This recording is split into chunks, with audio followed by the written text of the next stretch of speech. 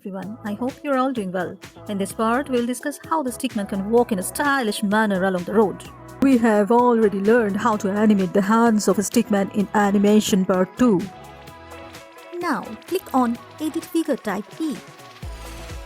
The default figure builder window will be displayed with the number of segments.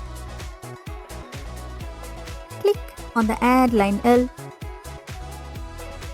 The extended segments are making the stickman's feet visible. Now, click on File and select Add to Animation. The Figure Name dialog box will appear and click on the OK button.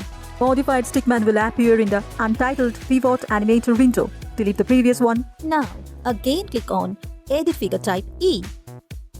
Delete all the segments except one and use Add Line L button to draw the road. Now again, click on File and select Add to Animation. Modified road will appear in the untitled PivotAnimator window. Adjust the position of the road. Adjust the position of the stickman. The position of the stickman in frame 1. The position of the stickman in frame 2 along with the grey shadow. The stickman's position in frame 3 together with the grey shadow.